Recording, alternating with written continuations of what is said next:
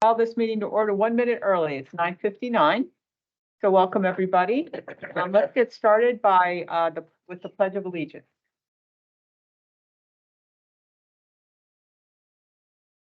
Allegiance to the flag of the United States of America and to the republic for which it stands, one nation, under God, indivisible, with liberty and justice for all. This is Andrew from Gateway. Just a quick reminder for our meeting minutes, when you're speaking, please say your name, at least your first name. It'll help for our transcribing. So, Okay, sorry about that. This is Jennifer.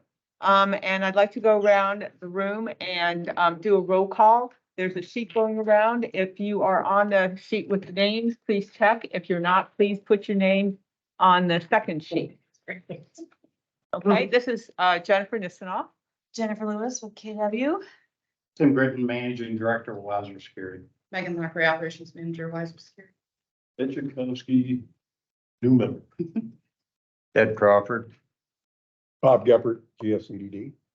Danny Clemens. Andrew Johnston, GSCDD. Carol Pancott, GSCDD.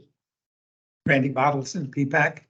And on the video, Dean Groves, also with Safety and Security. And then we got Georgia Johnson of GSCDD. okay. Yes. Terrific. Welcome, everybody. Next thing on the agenda is public comment. Do we have any comments? Oh, sorry. Thing is Bob Geppert. Oh, my. Do we get a motion to allow Dean to participate remotely due to extenuating circumstances or whatever? Yeah, Dean's on there. Okay, yes, absolutely. I'd like to invite a motion to allow Dean Groves to participate remotely today due to extenuating circumstances. Danny Clemens, I make that motion. Second, Second. all in favor? Aye. All opposed? Okay, that And who was one. the second on that? Just your pick. Oh, Ted. Crawford. Ted Okay, Crawford. thank you.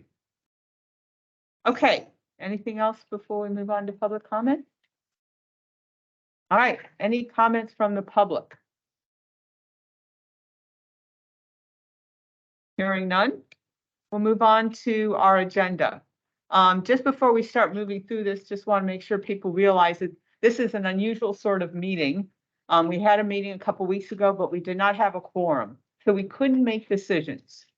So what we decided to do, this was a decision, I guess, but not a decision on anything in the agenda, is to hold the meeting today, ensure that we had a quorum, and then go back through the items that we would have been willing to approve and approve them today. And we'll also have time for one new item, possibly two. One is we have a couple applications for new members for our team. So we'd like to go over that and see if our team would accept these new members. And then they'll go to the PPAC committee next week. Also, if there's anything else that, sorry about that. Replacing roofs can be loud. And if there's anything else people would like to bring up into the discussion, we can do that as well. Okay, any questions before we get started? All right. In our last meeting, we had two sets of minutes that we went through. No one had any comments for updates or corrections. And so we said, sorry? Oh, and we said at that time that we would have been willing to approve if we had a quorum. We have a quorum today, so I would like to ask if people, if somebody would like to make a motion to approve the minutes from April 19th, 2023. Those minutes are in your packet. Danny Clemens, Safety and Security, make a motion to accept the minutes of April 19, 2023 as listed. Do I have a second? This is Dean Groves. Ed Crawford, second. Okay. There's a specific reason you're here today, Ted.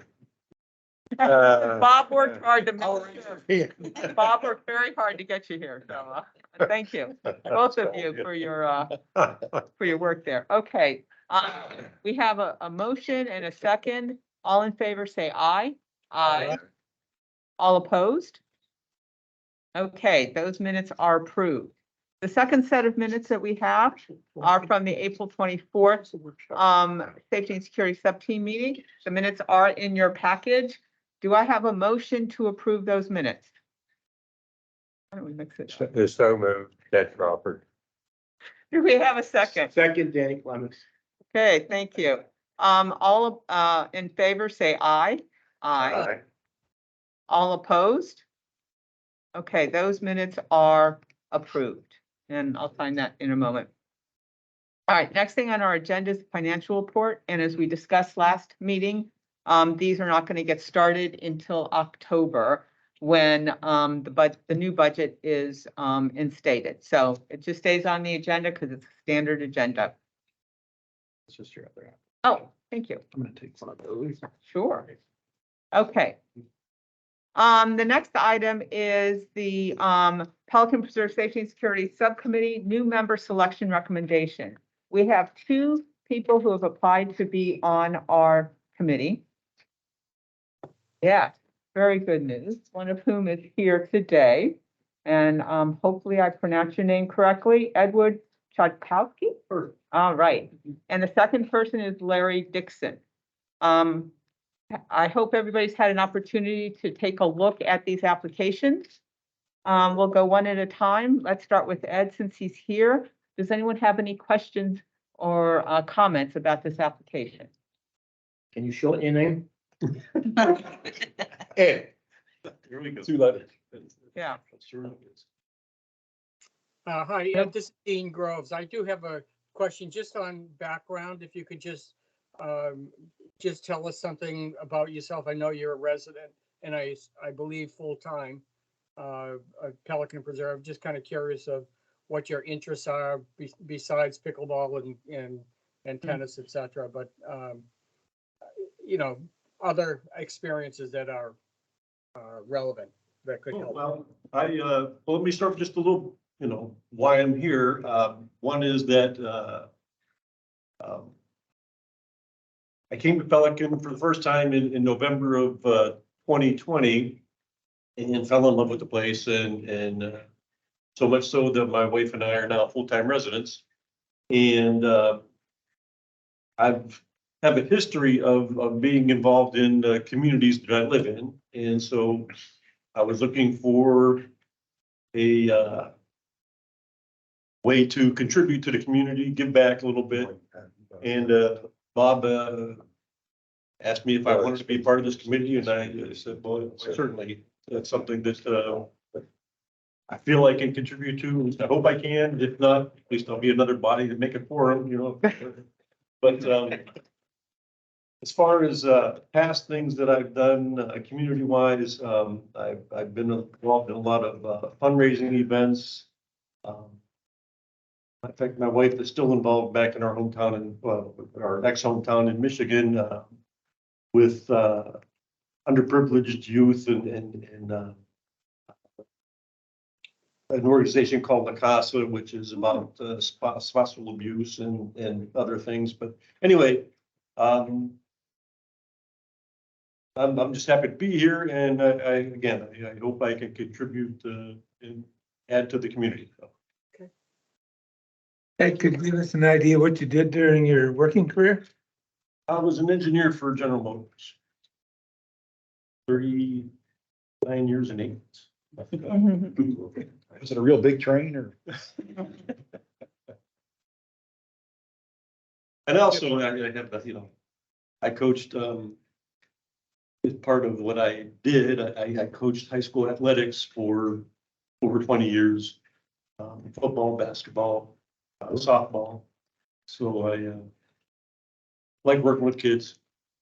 Of course, there's not kids here, but it's not that way.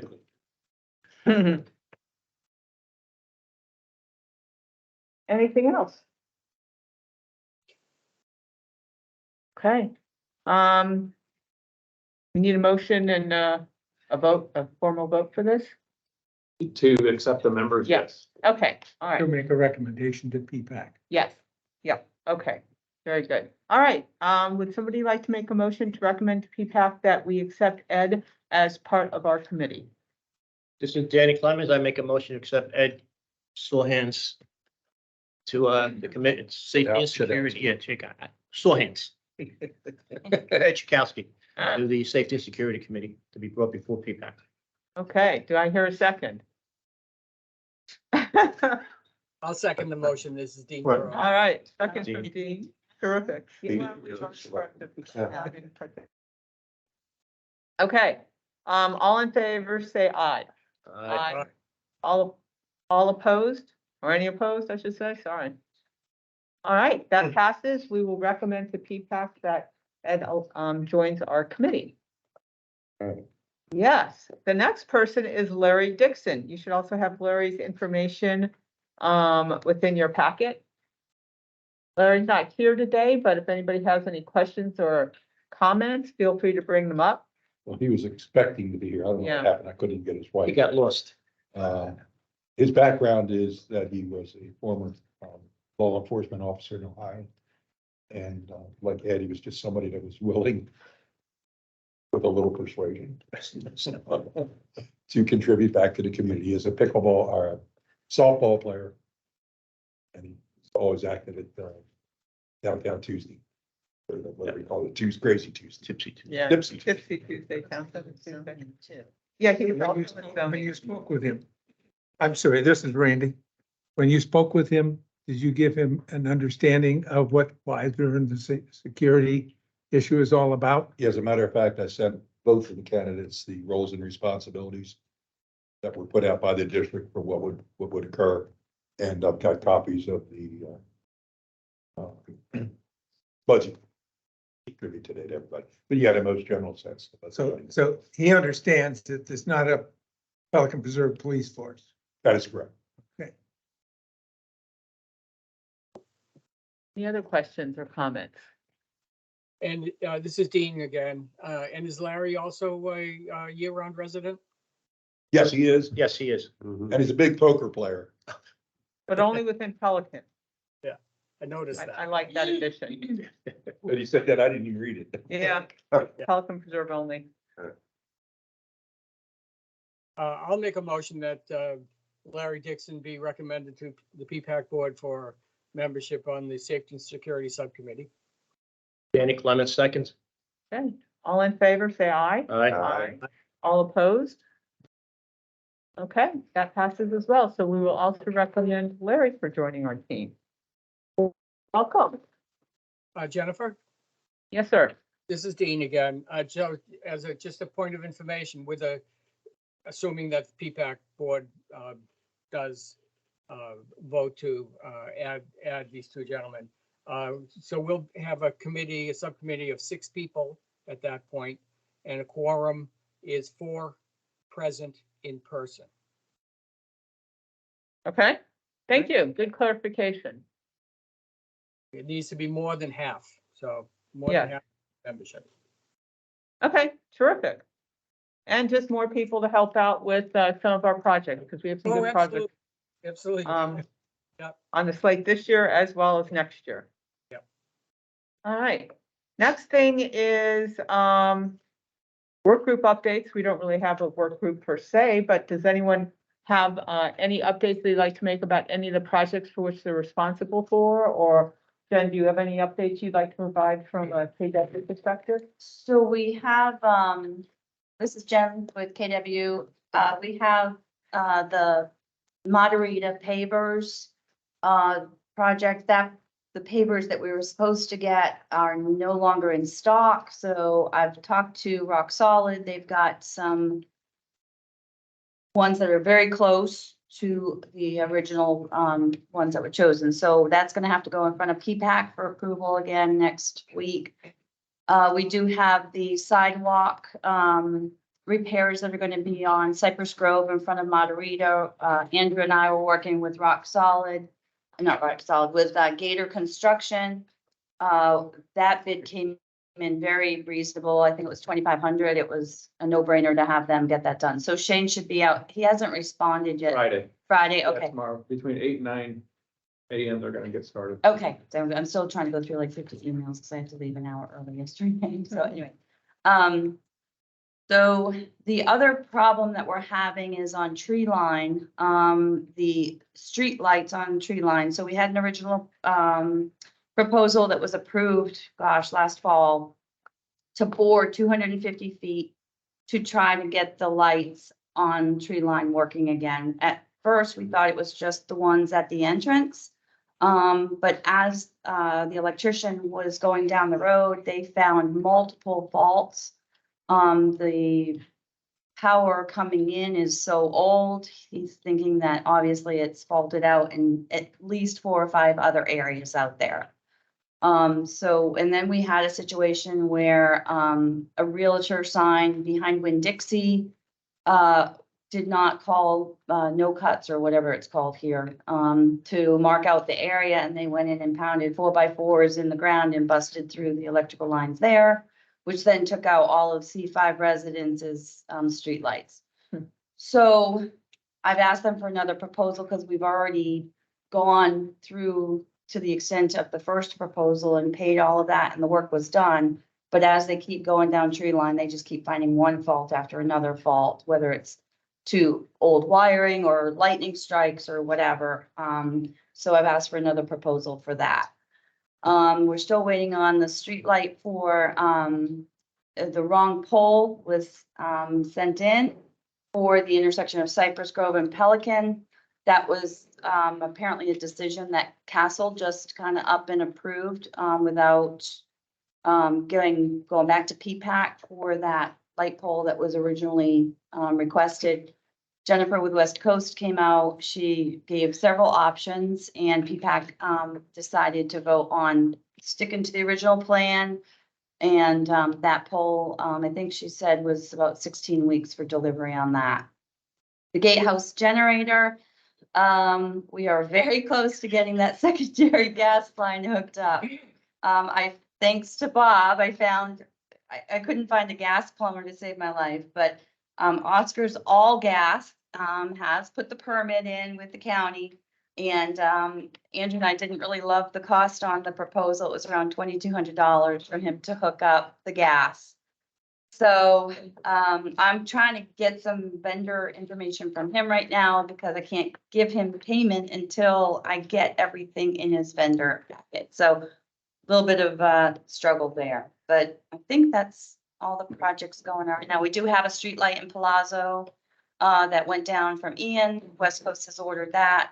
Deposit's been sent on that. And then we have several other streetlights in Palazzo that are either missing parts of their, light fixture, or one pole at the cul-de-sac that's completely leaning over. And, I just signed an approval, $900 to get that completely upright again. So that's another project that we're working on. Yes, Bob? Bob Gephardt, one question, if you double back. The conduit of the lighting on tree line Yeah. and the 3 lights at our entrance. Is that going to happen yet, or where? Well, I didn't want to just say, yeah, go and do it without seeing how much it was gonna cost us in the end. So Okay. we've already blown through, I think the first proposal was like 9,000. And they did get a good portion of the lights back up. But as they kept checking them, they found one more fault and another fault. And it's taken them months of just tracking those wires out there to see. So the next step is you'll get a bill for all of it? I'm gonna get a proposal, yep. And Yeah, then we'll the go with one that. that was damaged by Lee and Associates, when they put their real estate sign up, that one's gonna be sent to them for reimbursement. That was a 9,000. Yeah, I already called them and they were like. That's the $9,000. Yeah, let's just say that. So anyways, those are some of the projects that we've got. This is Danny. So is this going through West Coast Lighting or through FPL? West Coast. Is there But- gonna be any change over to the FPL? We did have, Chelsea and Laura and myself. I'm not sure, Bob, if you were on that meeting or not, but we did have a meeting with FPL to switch over all of our street lighting, to the LED. FPL has an LED conversion program. It's basically like leasing a car, and your price pretty much stays the same. So you're gonna save money in your electric bill, but then you pay a lease, if you will, for the street light and the fixture pole and all that. So it's pretty much a wash. Yeah, this is Bob. Oh, hey. Yeah. I knew there was someone on there with us. Bob was out of town. And that's a different project. That's a really big project. Yes, That Gateway is pursuing, and Carol and I just threw in, we'd like to have us considered for it. it's, But we don't have prices or anything yet. no, no, it's just preliminary. That's a little bit different. Okay. But I did it at the Reserve of the Estero, and it was a fabulous program. I mean, we didn't save a ton of money, but just knowing that FPL was Takes taking care of questions out of it. all the maintenance. Single No- vendor. Yeah. Single same- reliable that's it. vendor that's always there. Yeah, and they have the beacons up there. They know when the light's gone out. They send a truck out, they do the repairs, no questions asked. So it takes out a lot of the middle. And I think the district uses Bentley. Is that who they typically use? Yeah. So we just threw that out for the Yeah. committee's consideration. We don't have to go to West Coast. If we're not getting a response. Oh, no, they're just having. We have other people that are, After Ian, it was rough Forever. because they were at Sanibel and Fort Myers Beach for a long time, but they're really freeing themselves up. Now, we've gotten all the street globes. The final 4 on tree line have been replaced. So we've got all the globes and everything's ready to go. But every time they try to power everything up, there's just having one problem after the other on tree line. Any other Okay. questions? Yeah, this is Dean. I have a couple of questions for you, Jen. Sure. Street light related, sorry. So I'm a little confused when you're talking about, street lights on tree line, to this subcommittee. Do we have involvement or will we have involvement with street lights beyond the property limits of Pelican Preserve? So we have the ones right at the intersection of Pelican Preserve Community Entrance, the boulevard and the tree line. So I think from the. well, the fire short answer department- is yes, Steve. Yes. Because that's GSCDD property. It falls So- under the district and it falls under us. Just all the the- all section the- though, up to Colonial, So all the way to Colonial down to where? As the far as fire station. The fire station, okay? So again, I think that's clarification, certainly for me, I wasn't aware of that. Well, that is primarily a district responsibility. So if, it's not something that we're gonna have to go out and do, but we should be reviewing it because we have the budget. And if the task could fall just as easily to somebody in the district to do. In other words, Okay. it doesn't have to be one of our members. If we want to do it, we can for consistency, but it doesn't have to be. And well, that's why I'm asking, Bob, because, No, that's a good point. because it's not clear where our jurisdiction ends. And so that I would have, I understand it's district responsibilities, but I wasn't sure that it was safety and security responsibility or would be. So, the comment about going to a single vendor for all lighting and leasing rather than owning, is the intention, and maybe it's a premature question, is the intention to replace all of the infrastructure and by that vendor, and then for us just to pay as we go, basically? I mean, would we end up with wooden poles, concrete poles, decorative poles, non-decorative poles, or all those kinds of questions still up in Well, the air? this is Bob again. It's premature right now. Yeah. Because it's still under investigation by the district for Gateway. But the short-term answer is it would keep what we have. Okay. Decoratively speaking. Yeah. Yeah. And it would eliminate the nickel and dime type of problems we have when things get damaged and the cost. Then we're gonna have a uniform cost for the life of the pole. And no, we wouldn't be changing to anything else. But again, after Gateway works it out, if they do, and makes the decision, then we're just gonna have the opportunity to make the same kind of decision. Nothing. This is Andrew. Let One me, other let me, comment. this is Laura. Hang on. I said, let me just clarify, because there's no guarantee that you're gonna have the same exact poles that are gonna stay there. I mean, there's gonna be a whole evaluation process, same as with the rest of the district.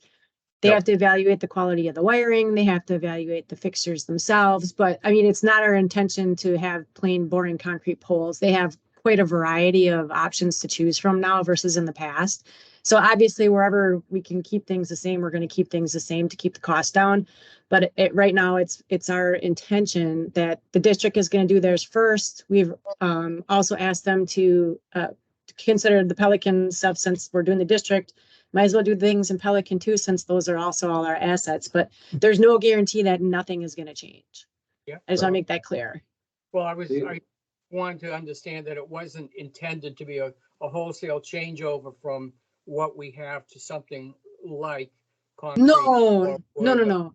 Yeah, no, we're intending to keep it to looking as much the same as possible. Yep, So, thank you. Yep. Thank you. The only thing that I'll add, this is Andrew, is that it also includes the cost of the electricity. I think that's one thing that gets missed. Along with the maintenance, it's also the power is included in that one cost. So. Okay, great, thank you. And one last question, Jen, for you regarding the gas generator at the gatehouse. Yes. You told me that the contractor, the vendor that Bob had identified for you had submitted the paperwork for the permit. And has the permit been issued and you're just waiting for vendor information, or are we still waiting for the permit to be issued by the city? I haven't heard about whether the permit's been approved or not. He submitted it, I believe, 2 weeks ago. I'm just trying to get his W-9 and some other vendor. I do have his insurance. I'm just waiting for some other stuff. Thank you, But I can call Oscar today and follow up. thank you. Sure. We're in hurricane season and. I know, it's crazy. And this is Danny. What's the name of the vendor? Oscar's All Gas Repair. This is Randy. I'd still like to hear if it's been resolved as to the promotion that the gas company was giving Laura Leroy about no charge to hook up the gas if we switch to a gas water heater. Have we abandoned that now? Yeah, Laura, can you comment? Are we gonna accept all this additional charges for gas hookup? That was not the original approval. No, we were supposed to be doing the water heater thing. I know Andrew and I have been going back and forth on this and checking. Erica has been like a cricket. So she's our rep at TICO, which is where the program is through, and we haven't been able to get any kind of response from her. We have not got a bill yet, and No. we can't track down any of that information. And I'm trying to get clarification on that as well from Erica, so. Been a little bit of a I challenge. know that I remember Erica and I talked about it on the phone, and I'm not able to find anything in my email from her with the program. She was supposed to send it to me and I can't find it. Or with Who is the Eric? agreement, I mean, I read the agreement.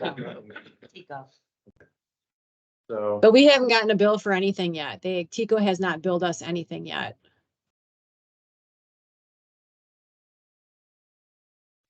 So Andrew and I are working on it in the background. We're trying to get it sorted out. I don't have an answer for you yet. We did not forget about it. We're just trying to hunt it down and figure out what the heck is going on since Erica's not been horribly responsive. And she's normally pretty responsive and. no. She was better Okay. than she's been. Yeah. Answer. Pico was the only company less responsive than FPL. They're top of the list. I will, Laura, I'll reach out to her again today and see if we can't track down the original paperwork. Okay. Because the agreement that we have doesn't state anything to that effect, like we're gonna So receive a bill. What we need to decide here as a group, I believe, is if we can't get that completed with them, then we have to decide what it's gonna cost us to get this gas hookup. Because I thought that was all on TICO as part of this promotion. Understand, yeah. And then it's my understanding we should have 2 permits pulled. One for the gas heater and one for that generator hook. So My that's understanding not is that been- that has not been done to my knowledge.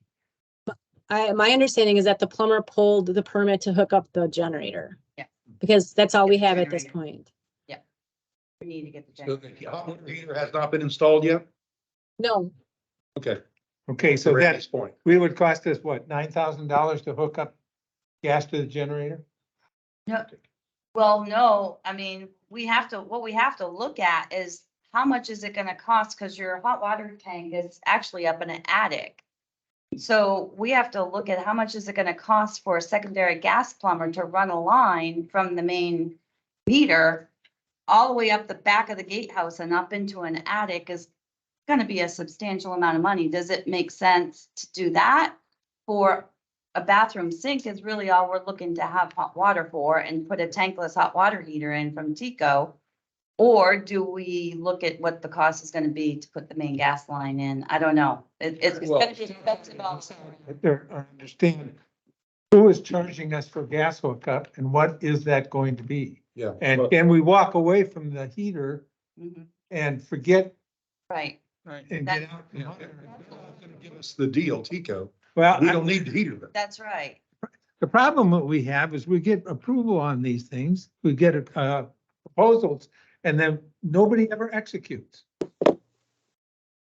And that's why we have Andrew. I think we're waiting for Tico on this one to execute it. Well, so where I'm at with it is I haven't been able to get clarification on the gas line and who was supposed to be, you Yeah. know, if we're supposed to get charged for that or billed for that, it should have been in writing up front. I can't find that. So at this point, what are they gonna charge, how are they gonna charge us for that, right? So we haven't received a bill. So the couple things we gotta weigh out, there's currently, there's like an under sink mount electric Instahot, which would be typical for a hot water for a regular sink. And it's Okay? electric. That is the most efficient, the best way to heat that water in that environment. And that's electric. That's electric. So to add a gas one there, we're looking at, a short gas line run from the line that we got brought over to fulfill the energy rebate that they were pitching to us, right? So at this point, we have to determine if we're gonna get billed for that gas line coming over. And then the least expensive way to add a gas heater if we need to get that rebate. So that's where I'm at with it, but I haven't gotten clarification on the first part is, are we gonna receive a bill to install that gas line? We're not gonna receive the bill. The idea of adding a gas heater in that building needs to be abandoned because there's absolutely. Yeah. So we have to get clarification on that piece first, and then everything else can happen. Okay, Well, the scope to I'm put in- checking the agreement that I signed for Tico for gas it's a new service line to guardhouse. The total is $425. Yeah, same one I read. Okay. Well, there was no, well, we paid $425 and call it good, that's what I gotta find out from Erica. okay? I need clarification on that. I like clarification in writing. What's the- Based on what I what's signed, the I would just committee's say feeling yes. about that? Oh, I This is agree. Danny. I recommend abandoning the gas hookup for any hot water to the gatehouse. It doesn't require it. Electric water supply for the needs of the guards should be sufficient. They're not taking a shower in there. They're not washing dishes. It's strictly for hand washing and personal hygiene, in my opinion. This is Bob, and I agree with that, except the only reason we went down this road was because the package deal that Tico offered. Correct. So if that deal falls apart, I'm totally in agreement that let it fall apart. If it remains robust, then it's a cost savings to us.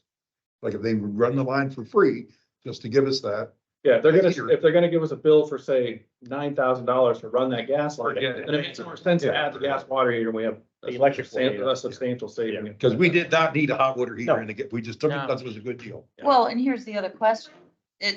Do we have to install the gas water heater or is it just the purchase of a gas water heater?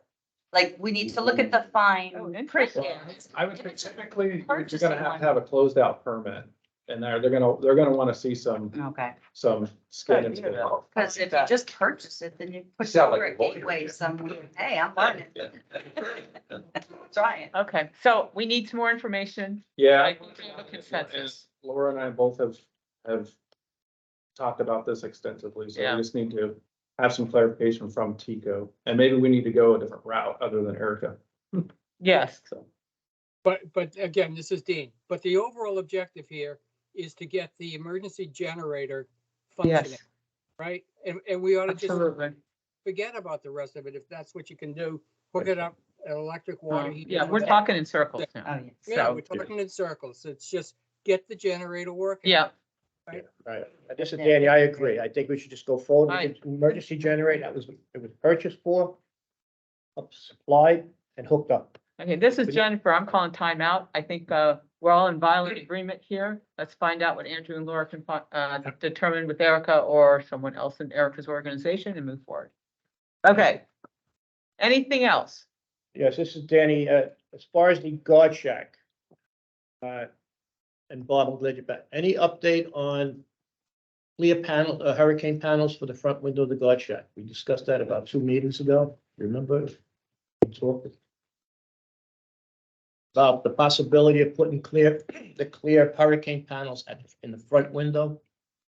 So they would open during a storm or even just bad weather, they would have visibility. So it's just regular glass now? It's just regular glass, not hurricane, that impact. That sounds reasonable. So, I mean, I will take the initiative to call Storm Smart and a couple of other companies for those clear panels to have them fabricated and prepared. Then they can stay on year round. They don't have to come off. That window shouldn't be open anyway. So you're gonna get some quotes. Gonna get some quotes. If everyone's, good Andrew, with you that. okay with that? Great. Please be sure you get 3 at least, or at least ask for 3 Try to get from 3 different vendors. Oh, yeah, no problem. Yeah.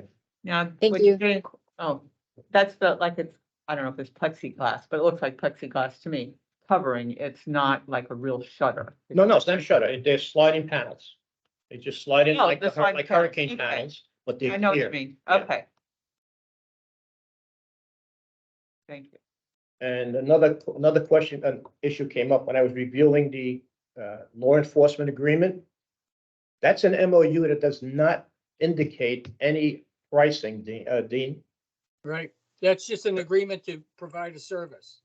Right, that's a normal law enforcement document. Do we have the price, the one that we have the personal agreement with the Fort Myers Police Department for charging us? Because I haven't found it. Mean the hourly or either. Yeah. I know, I recall that there was a change in the rate Right. recently, the hourly rate or the daily rate that they would get paid. And we had a budget of, we were limited to $10,000 of spend annually. So long as we never exceeded the 10 grand, then I don't think we needed an agreement that says you can charge us up to $10,000. But and they weren't really providing any service, so the chances were pretty slim that we were going to exceed that number. I think it's just that agreement to provide the service, and then what the rate will be, the billing rate. But I don't know, honestly. I think the whole thing is outdated and needs to be updated. And maybe that's something that needs to be added to it as well, Danny. Okay, that's my next comment. I as going through it, it definitely needs to be updated and changed a little bit. And I would like to add the Lee County Sheriff's Office, because it should be a general document for officers to come in here at their leisure to do patrols. And whether we pay Fort Myers specifically to have off-duty officers coming in, that's a plus for us. But to include the Lee County, giving them authorization to come in and do just normal general patrols like they do in a lot of other communities and commercial premises. Okay, It looks like it's $65 an hour right now. You get the bills, right? Yeah. Have you gotten the bill lately? Thanks, Jen. I was just looking it up. Yeah, $65 is what the rate is, and it looks like they billed us for 12 hours back on June 20th, $780. I saw them in here yesterday. Yeah, they were here yesterday too. they're here today too. They're here this morning. Yes. Yeah, I've increased, this is Dan again, I've increased the patrols. I've been asked them to do 5 days in 2 weeks. So 3 1 day, 1 week, 2 days, and then keep alternating. I sent them a schedule yesterday. So I'm dealing directly with the Officer Gruber, and seems to be working. I think it's working. I don't know. So One drop, turned down my street this morning. I got out of it just in time. I just would need to look at the budget item though, because at $10,000, this was only for 2 weeks. So it was from June 5th to June 18th. 12 hours of security and it was $780. So that's, if we had $1,000 a month, you'd still be over your. I was gonna ask So if you could share. that should have been 3 shifts. That is for sure. Yeah, can you share the schedule that you requested with Jen and with me, please? Sure. Yeah, Okay, this is Bob. It is within the province of the subcommittee to take money from another item that you're underspending and allocate it through Laura to Mhm. this. So, you know, to your point, Jen, if we go over the money Yeah. or think we're gonna go over, we'll just move some funds around. As long as we don't exceed the authorized budget, you'll be fine. That's a subcommittee decision, They would need to go to P-PAC for approval, but yes. of course. Or Laura, she just does things sometimes. No, I have to do it through P-PAC. Then I can just do it. So. Okay. Just kidding. I have one thing about the budget, and then I think we might be ready to move on to the next item. Last time we were talking about the, action item to move the management of the budget from KW to Castle Group. And what implications, excuse me, to, CDD. I know, I was thinking, I was getting ahead of myself because I was going to talk about something that Castle did. Anyway, sorry about that. And we talked about last time that we were a group of us was gonna get together and talk about roles and responsibilities and what implications that would have on our subcommittee. I just wanted to let you know that we did get together. It was Jen, Laura, Mark from Wiser and myself, and we put together a grid based on the list of activities that Castle gave to KW associated with this team. And what we did is we went through and we determined, was it in scope? Because there were a number of items on that list that were really out of scope for our team. And that was fine when Castle was doing a lot more than, than just this team, and they had a lot more responsibility. But we wanted to just really focus on what was the responsibility of this subcommittee. So we took the ones that were out of scope off. And then for those that remained, we said who was the owner, who had input contributor, who might have different sorts of responsibilities. So we outlined all of that. And then we sent it out to the group so that we could all take a look at it. And then what I did yesterday was I went through and I just made the update. So there were a number of items that we said we were going to remove. I removed them. I made a couple of updates based on the discussion that we had and sent that along with the original output of our meeting to the team. And I know I've already gotten some input from the team with a few changes that they'd like to see.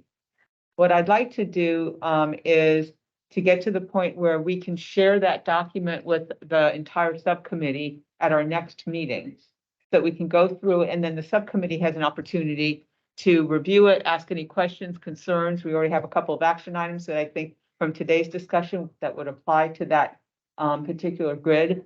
And just get to the point where we say, okay, we're comfortable with this to get started. Things will probably change as we move along, because anything, things never work the way you think it's going to work when you first start. So you start, you make the changes as you go along. And then we can really start to make sure that we're ready for the October 1st changeover.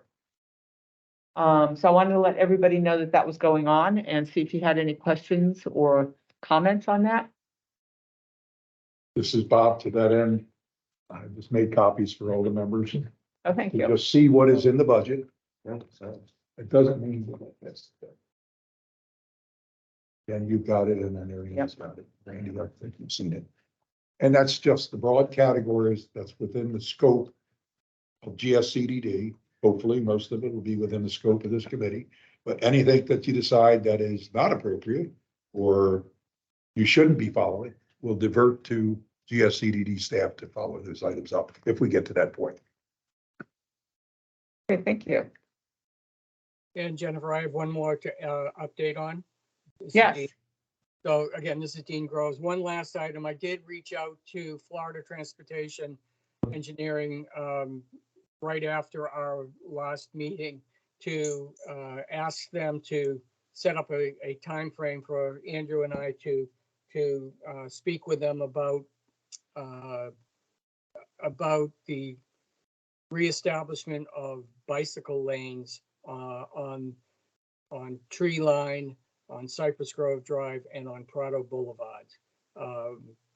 So we have not had that meeting yet, but yesterday I was asked a question by Justin Reck, the project manager that I've been dealing with, as to what are the existing lane widths on the roadways, which you'll recall, Tetra Tech had a proposed task authorization to essentially determine the lane widths and the shoulder width and the signage along those roadways. So basically, they're thinking about along the same lines. I did say I have to find the drawings, the design drawings, but my recollection was that the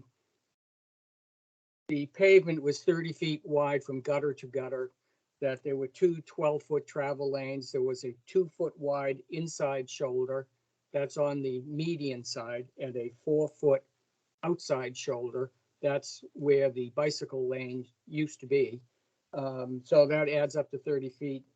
That was my recollection. I haven't uncovered the actual drawings yet, but that was my recollection. I think, Randy, you mentioned last time that you know, you and someone else, maybe Andrew, went out and did some spot checking, but I don't recall exactly what measurements you came up with.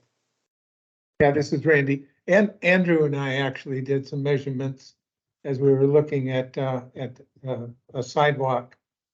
And seemed to be 4 feet in that, Yeah, I recall the lane widths being 11 and 11. yes, and the minimum is 10 from according to the city.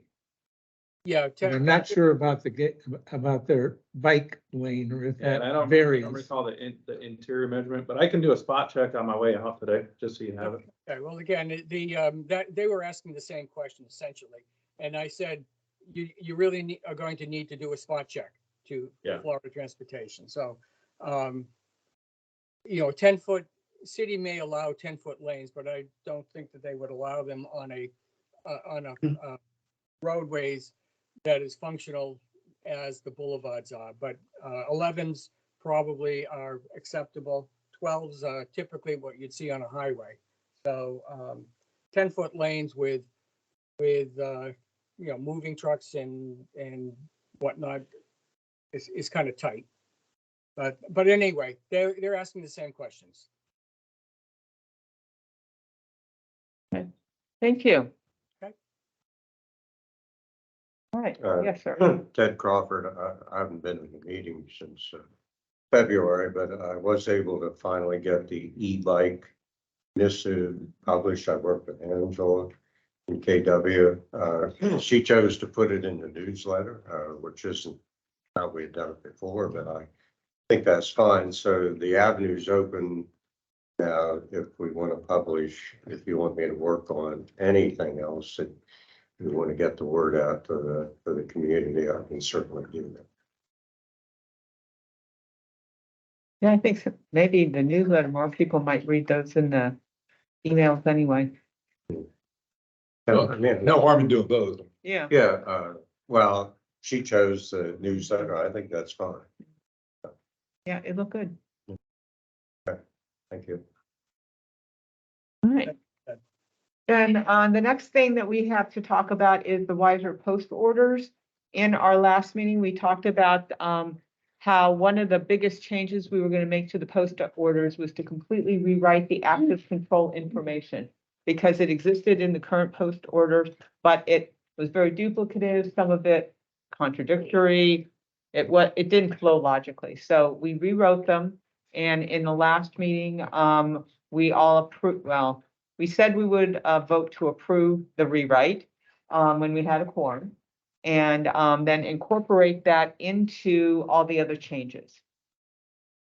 We do have the rewrite. It was included in the package again for today's meeting. We do not have the incorporation into the overall package, mostly because of some confusion, I guess. We wanted to make sure we had the latest version of the updates.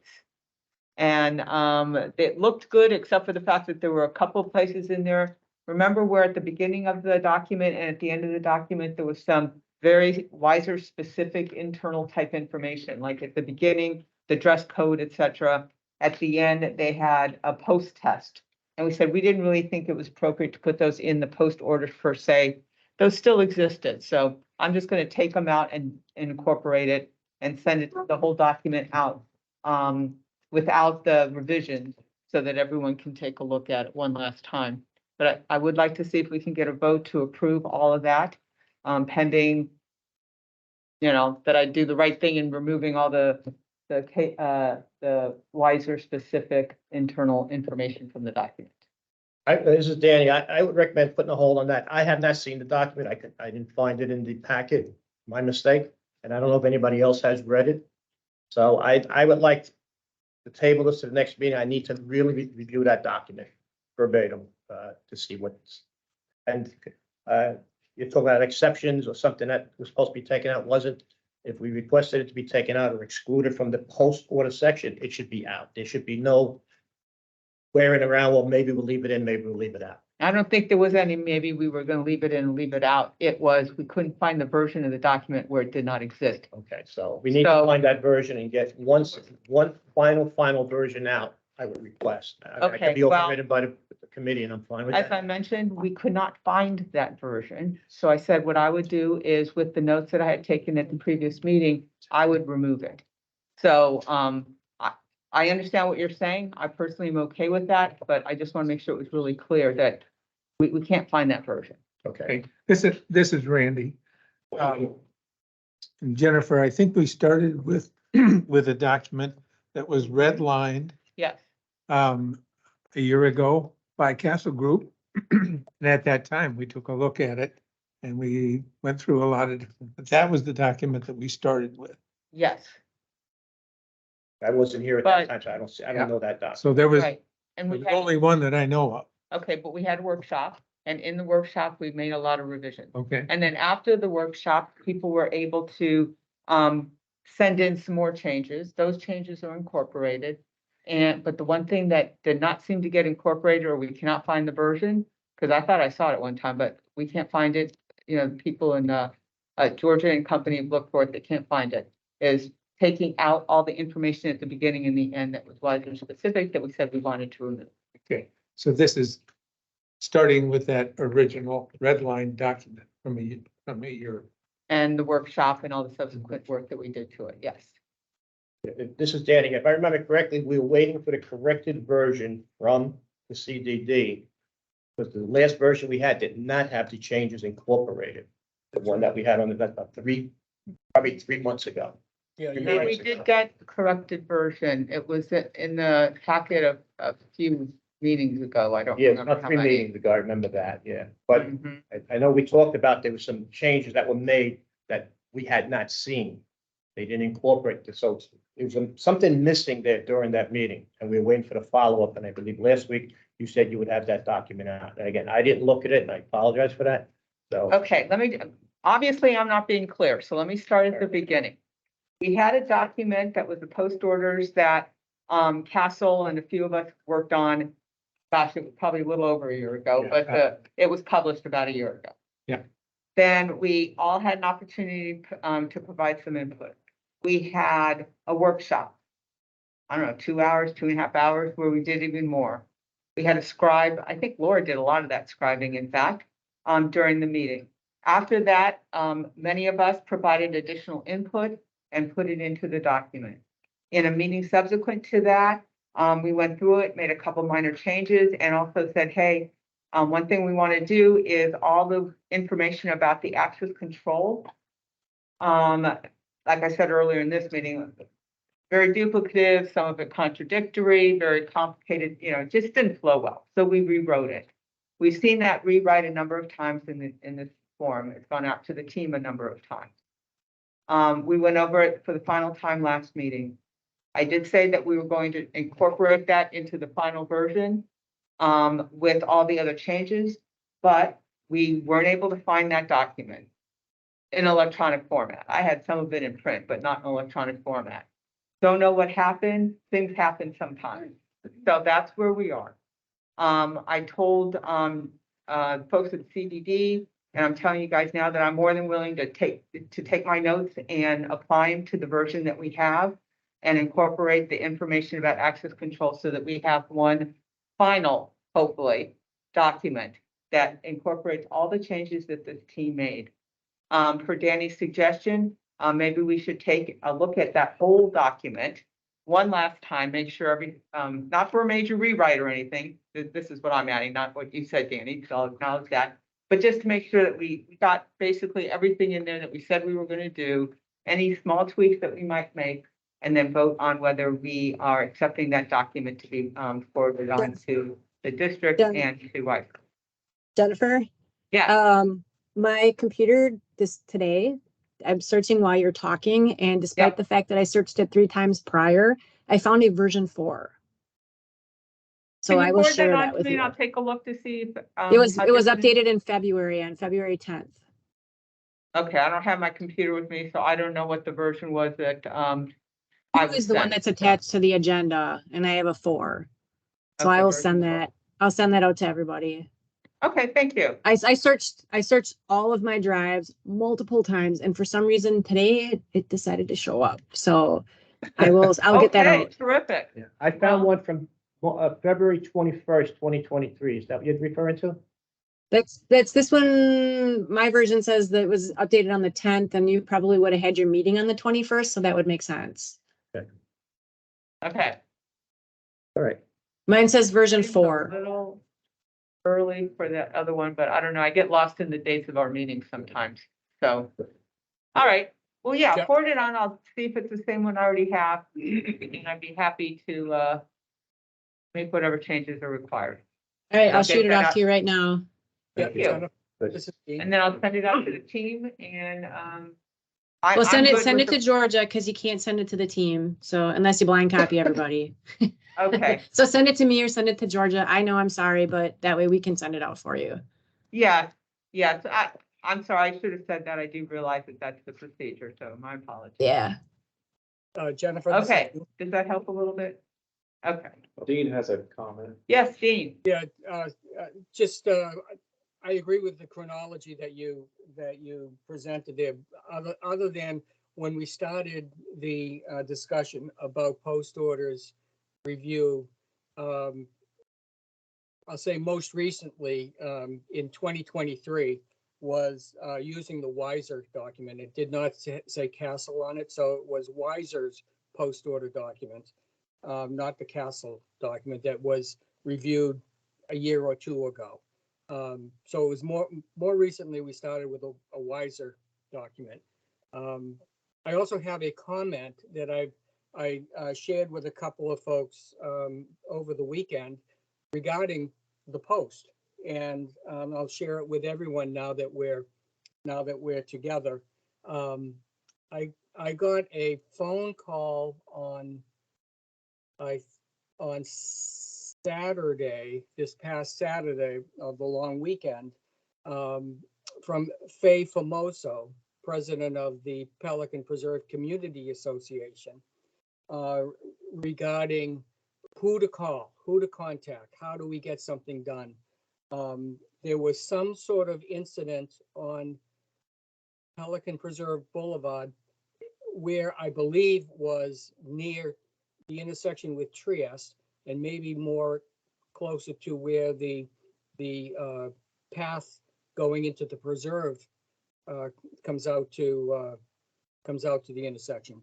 And there was a lot of glass in the roadway that was pushed around by some residents to try to get it out of the street. But her question was, who do we call when there's a situation like this to clean up the situation? She called me because she tried to call the gatehouse. So I think Mark Thompson is here, present today. If you're not aware of this, I apologize, but she tried calling the gatehouse and got no answer. She tried calling the roving patrol.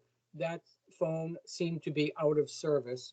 She went to the gatehouse and spoke to the attendant on site, and the person didn't have any information, didn't know who to talk to, essentially responded, "It's not my job. I don't know how to respond." When I did speak with her, which was about an hour after she called me on Saturday, I was about to tell her that she needed to contact the district, the 24-hour line at the district. She had, in the hour from the time she called me to the time I called her, she had spoken with Jennifer Lewis. And Jennifer, I think you said you were going to call the district, and you were also going to put in a work ticket or something. Yeah. But actually, we took care of it with the O&M agreement. We had a maintenance person Yeah. here on staff who went out and took care of it. Yeah, but Jenna, that's not the point that I'm trying to make about. Yeah, no, I know. The post orders, okay? I'm glad that you were able to respond. The point is that the person in the gatehouse didn't have the information to call the district. That's what I'm getting at. And I think that that's a failure of the post orders. And, you know, it's the same comment about when there's an emergency and we need to have the emergency gate open, we have to call the district. But if the gate doesn't know who to contact, no one's going to contact the district. So we need to have that information posted in the gatehouse, big red letters, in an emergency, this is what you need to do.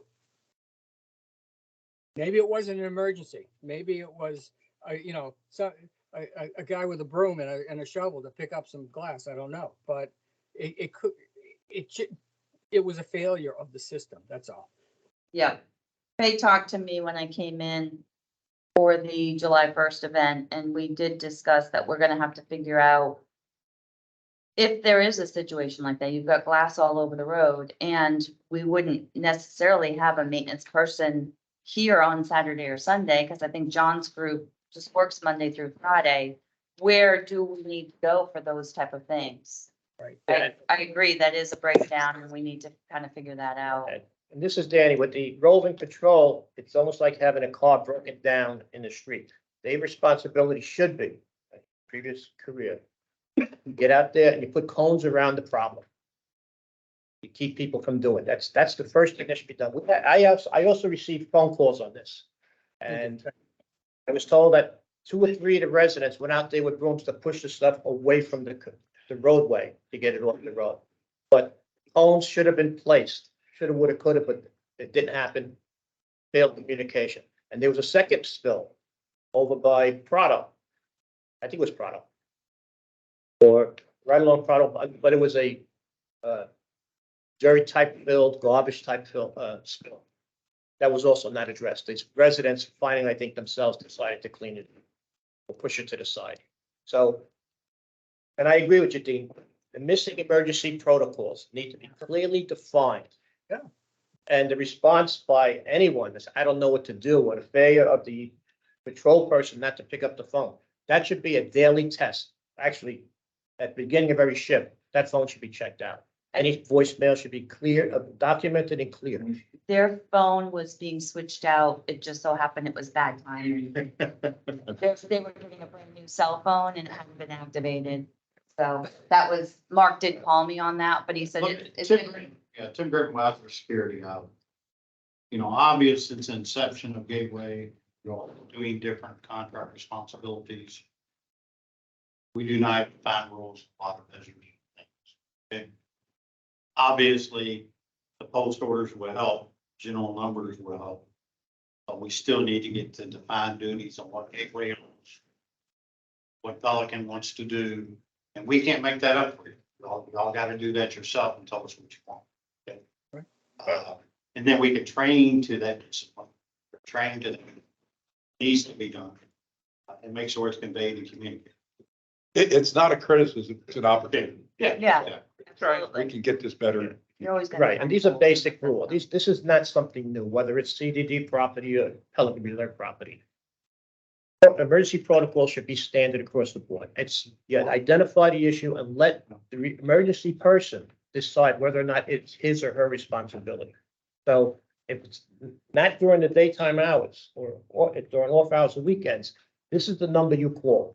Let Gateway, let the utility person, emergency response say, that's that line that Pelican reserves. All right, then you go to phone number 2, whether it be Jen or someone from the committee. This is Jennifer. I hesitate for us to use the word emergency. And maybe I'm being a little picky, but to me, emergency is you call a first responder.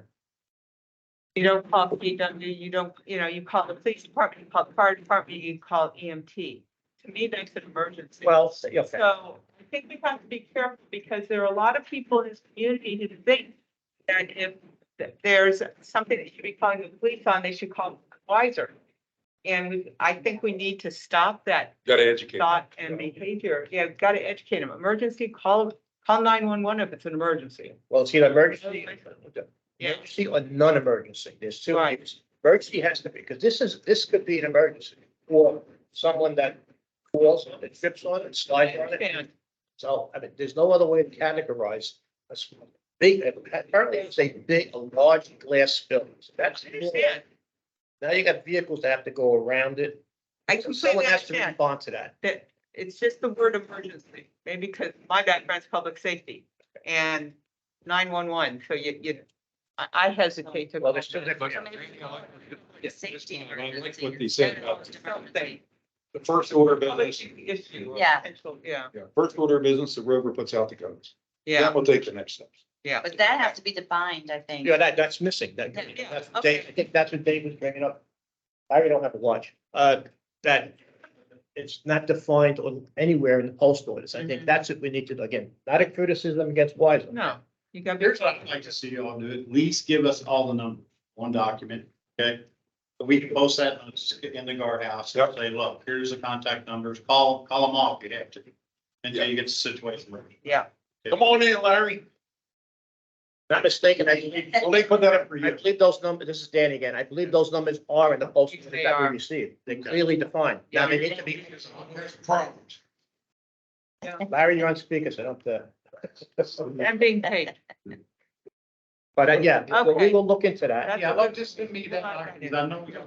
At least if we got a call list, at least we have the number Yeah. too. Right. There's Okay. a nice list in there. So just send me the list alone and I can get it posted to the post order. Yeah, if you could just give me, or I don't know protocol. I'm happy to send it to you if it's appropriate. You can look at it now. The candidate, Larry Dixon's just arrived to join the meeting. I didn't communicate well to him the time this started. He was ready for 2:00. I was ready for 2:00. Okay, no problem. Nice to meet you. But the group has already approved your moving forward. Okay, Now to go to PPAC and then the board. okay. Almost welcome. Soon to be welcome. I'm Larry. Hi. Okay, so to clean that up, we will, or to close this item out, I should say, I'll compare what I have with what Laura sent out. We'll get everything all consolidated. I'll check to make sure, see what's in there in terms of a public safety issue, potential issue. We'll figure out some good words for that. I'm sure there's a standard somewhere. And get that out to everybody so that we can talk about it in our next meeting at the end of July. We do have one thing that we're gonna have to clarify Yeah. on the post orders and the contract with Wiser is the traffic cloud solutions. We found that nowhere in the contract are they being paid, I guess, if you will, to install the traffic cloud system for us. So they've been doing that for years, but it's not in the gateway contract I for think- reimbursement on. Shouldn't we say either at our last meeting here or at the meeting we were talking about the grid, that maybe the new maintenance person from the. Right, we were talking about- So, Yeah, and, okay, so I'll make sure something gets added in here, but I think that's what we're Yeah. talking about, okay. Yeah, because there's nothing in the current post order. or in the contract. Yeah, And we're happy to do, Tim Britton with Plaza Security, we're happy to help both entities and, obviously we're here for the community. I handle like 32 gated communities, the common common denominator in 32 gated communities is they're all different. Yeah. So in trying to extract protocols, rules, how you handle things, it's not how they do it across the street or down the street. Okay, so that's like when we have to come back to the original document that says this is what this community wants, and the oversight to take. So Okay. it's all different. Okay. Next meeting is going to be the last Monday of the month. If you have any additional agenda items, please get the form filled out and send it in to Georgia with all backup documentation. At least she needs it at least a week in advance. Give her a couple days, but so she can get all that stuff out on the website. Time's that meeting? 10 o'clock, I think. 10 o'clock. It's on the third. I'll get your record. I'll bring breakfast and then meet. That's gonna be Monday, July. 31st, I think. July 31st. Yeah. What is it? July 31st. Yeah. I'll be gone.